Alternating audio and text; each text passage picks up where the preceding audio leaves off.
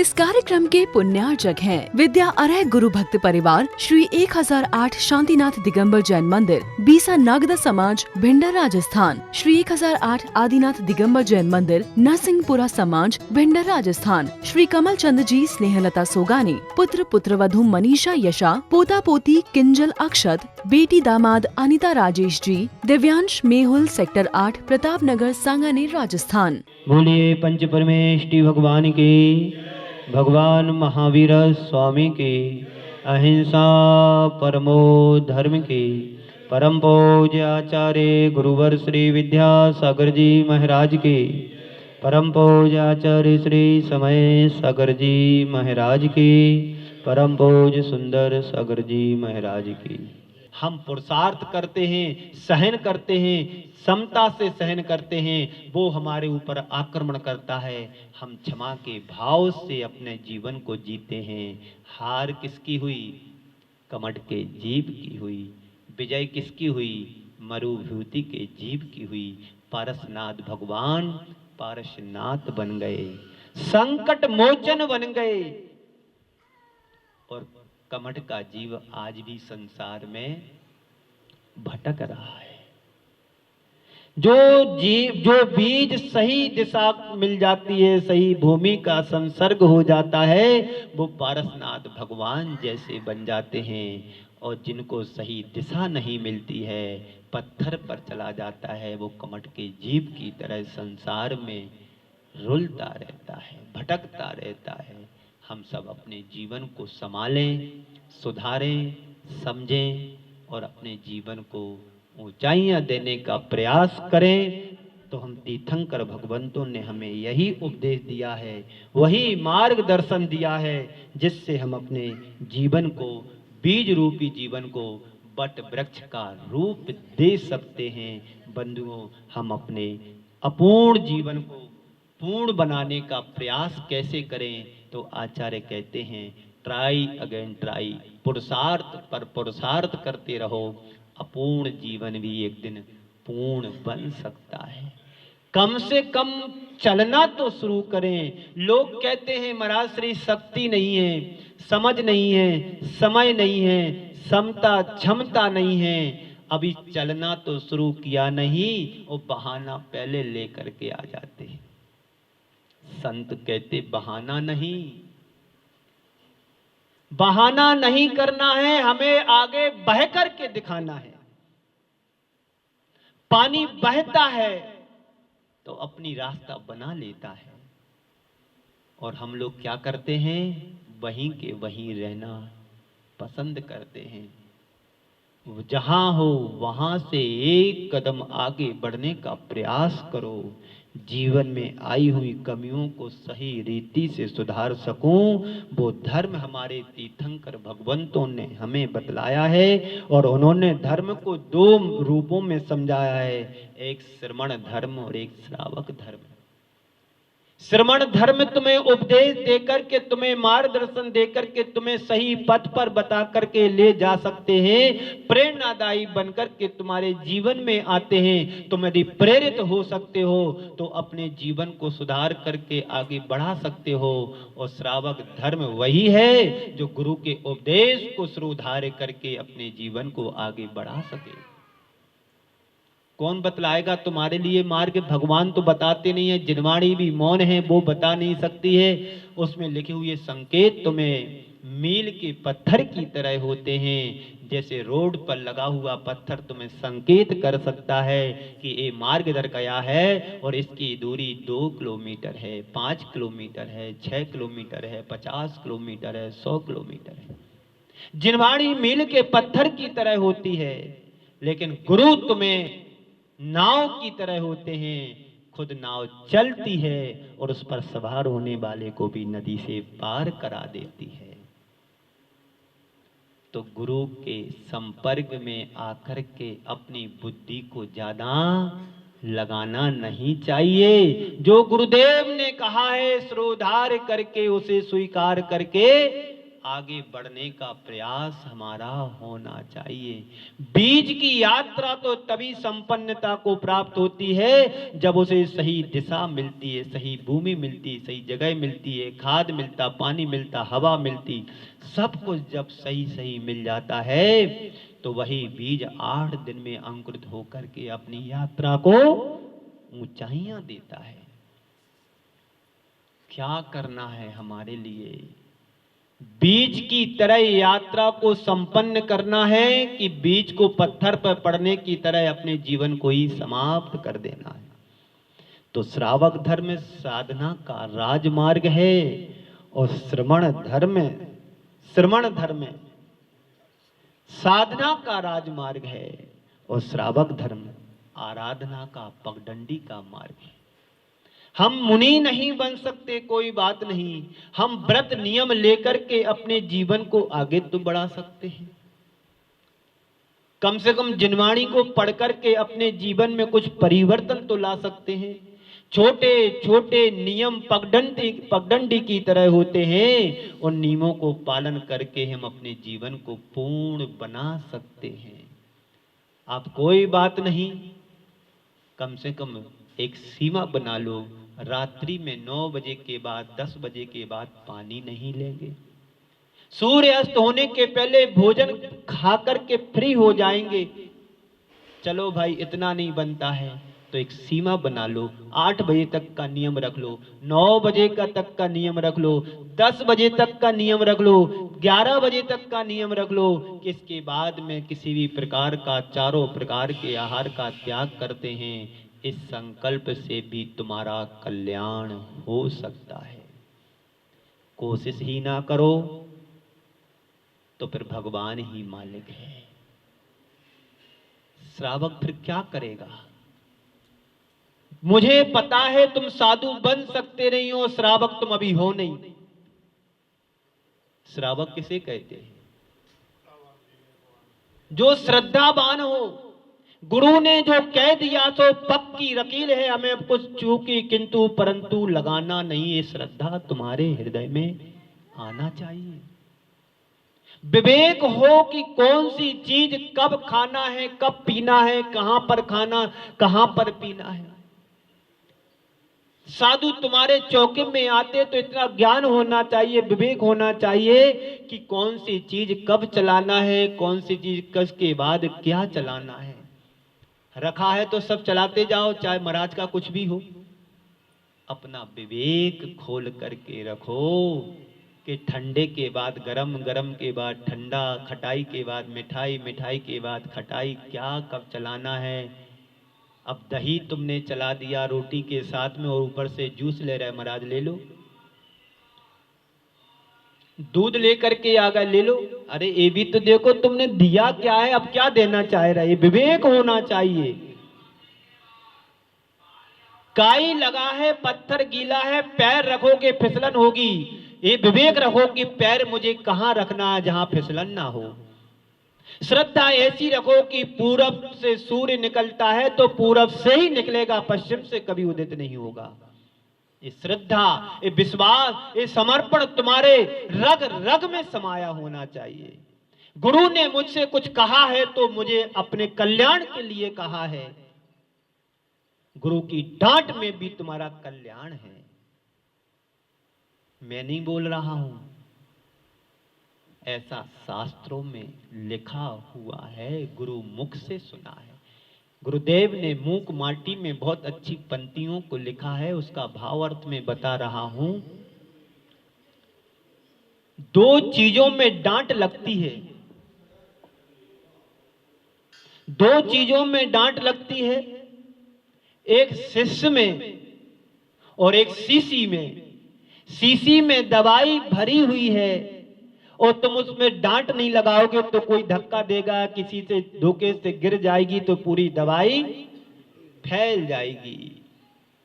आचार्य कहते हैं ऐसा ही शिष्य के साथ होता है। शिष्य को समय समय पर डांट नहीं लगाएंगे तो शिष्य वो समझेगा नहीं कि गुरु क्या होते हैं। गलती करे तब डांट लगाओ, कोई जरूरी नहीं, लेकिन जब गलतियां बहुत हो जाएं उस समय ऐसी डांट लगाओ कि सामने वाला समझ जाए। तो शिष्य में भी डांट लगाते हैं और शिष्य में भी डांट लगाते हैं तो संग अच्छा चलता है और शिष्य की दवाई भी सुरक्षित रहती है। तो श्रावक धर्म है कौन सा? उपासना करना, आराधना करना। जो अब अभिषेक करते हैं, पूजन करते हैं, पाठ करते हैं, स्वाध्याय करते हैं, गुरुओं को आहार देते हैं, उनका विहार कराते हैं, उनकी सेवा करते हैं, ये सब क्या है? आराधना का मार्ग है। हम साधना नहीं कर सकते, कोई बात नहीं, जो साधक बने हैं उनके लिए हम साथी बने, साथी बने, सहयोगी बने। एक थोड़ा सा उदाहरण सुनाकर के मैं विराम दूंगा, जब तक आपका समय होने वाला है। बरसात का समय आया, बात किस पर याद आई मेरे को? सहयोगी बने। बरसात का समय आया, तालाब में एक बाज पक्षी ने अपने अंडे दिए। बारिश आई, तालाब भर गया, अंडे डूब गए। बाज पक्षी को गुस्सा आया कि इस तालाब ने, बारिश ने हमारे अंडों बच्चों को डुबो दिया। सो वो बाज पक्षी क्या करे? जंगल में जाए, तिनका लेकर के आए, तालाब में डालना शुरू कर दिया।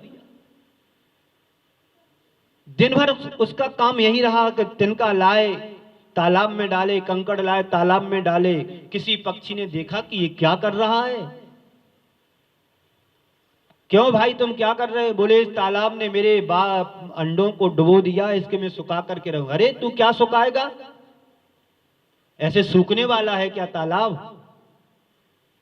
नहीं, मैं सुखा करके रहूंगा। गया, तिनका लाया, तालाब में डाला, कंकड़ लाया, तालाब में डाला। कहता है सुनो, सलाह मत सहयोग दो, सलाह मत सहयोग दो। बात तो सही है।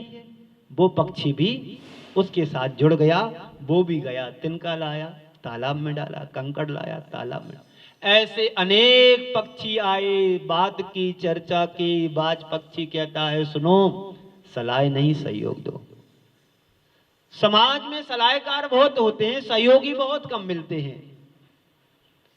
सब यही करने लगे, आसमान पट गया, सब पक्षी ला रहे, तालाब में डाल रहे, अब तो सूखेगा। ब्रह्मा जी निकले, उनने देखा कि क्या हो रहा, पूरा आकाश पटा हुआ है पक्षियों से, क्या चल रहा है। पूछा, बोले बाज पक्षी कहता है इस तालाब ने मेरे अंडों को डुबो दिया, बच्चों को डुबो दिया, हमें सुखाकर। ब्रह्मा जी कहते हैं तुम क्या किंचन प्राणी, तुम इस तालाब को डुबो सुखा पाओगे? सुनो, सलाह नहीं सहयोग दो। ब्रह्मा जी को लगा बात तो सही है, सलाह नहीं सहयोग करो। जब ब्रह्मा जी उस तालाब को सुखाने में लग गए तो तालाब तो सूखना ही सूखना है। तो सलाह नहीं सहयोग देने की युक्ति को अपनाओ तो सारे काम अपने आप बन जाएंगे और तालाब सूख करके ही रहेगा। घर, परिवार, समाज में कहीं पर भी इस तरह की बात आती है तो सलाह देने वाले तो बहुत मिल जाएंगे, लेकिन उसको कार्य को क्रियान्वित करने वाले लोग बहुत कम मिलते हैं। सकारात्मक सोच रखो कि नहीं, मुझे भी एक काम करना है, मुझे भी सहयोग करना है, ये काम तो मिलकर के होगा, अकेले से तो किसी से नहीं होगा। आप 10 किलो का वजन एक उंगली से नहीं उठा सकते हो। जब पांचों उंगली इकट्ठी होती हैं तो वो वजन 10 भी भार जैसा नहीं लगता है। घर, परिवार, समाज, देश में कहीं पर भी बात आती किसी भी तरह की तो हमें सहयोगी बनना है, सलाहकार नहीं बनना है। सलाह तो तब दी जाती है जब कोई तुमसे मांगे कि क्यों ऐसा हो गया, अब आगे इसका प्रोसेस क्या है। तो अपने जीवन रूपी बीज को सही दिशा में लगाओ, गुरु के संसर्ग में लगाओ, परमात्मा के सत्संग में लगाओ, गुरुओं की सेवा में लगाओ, तो जीवन रूपी बीज तुम्हारा फलेगा, फूलेगा और जीवन धन्य होगा। धन तो तुमने बहुत कमाया है, और धन को यदि हमने सही दिशा नहीं दी तो एक दिन धन तुम्हारा तुम्हें निर्धन करा करके चला जाएगा। धन तुम्हारा निधन हो उसके पहले धन को धन कर लो। और आप लोगों ने किया भी है, ये मंदिर बनाया तो बूंद बूंद से घट भरता है, और यहाँ पर ही मंदिर नहीं बनाया आप लोगों ने, ओम यहाँ पर भी मंदिर नहीं बनाया है। आप बॉम्बे जैसे शहर में रह करके मंदिर बनाया है, वहां पर भी मंदिर बनाया है।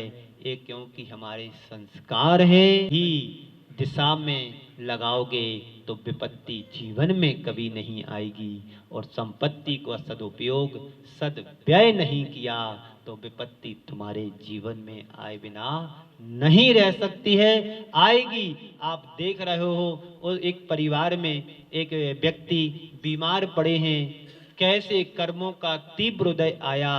बताइए, सब चीजें संपन्नता है, परिवार है, भाई बहन हैं, सब हैं, लेकिन कर्म का उदय देखो कि सारी बीमारी उनके पास आई है। कोई कमी नहीं है बीमारियों की।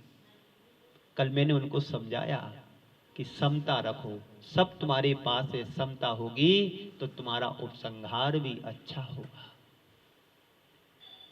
उपसंहार भी अच्छा होगा। ये काया और माया किसी की रहती नहीं है शाश्वत, ये तो एक दिन छूटने वाली है। आज तुम यदि समता से छोड़ोगे तो छोड़ोगे, बीमारी है, आई है, वो भी स्थायी नहीं है। सुखी जीवन भी स्थायी नहीं रहा तो बीमारी भी स्थायी नहीं है। आज तुम्हारे पाप कर्म के प्रकोप से बीमारी तुम्हारे जीवन में आई है, ये भी एक दिन छूट जाएंगी और तुम्हारा जीवन सुखी बनेगा।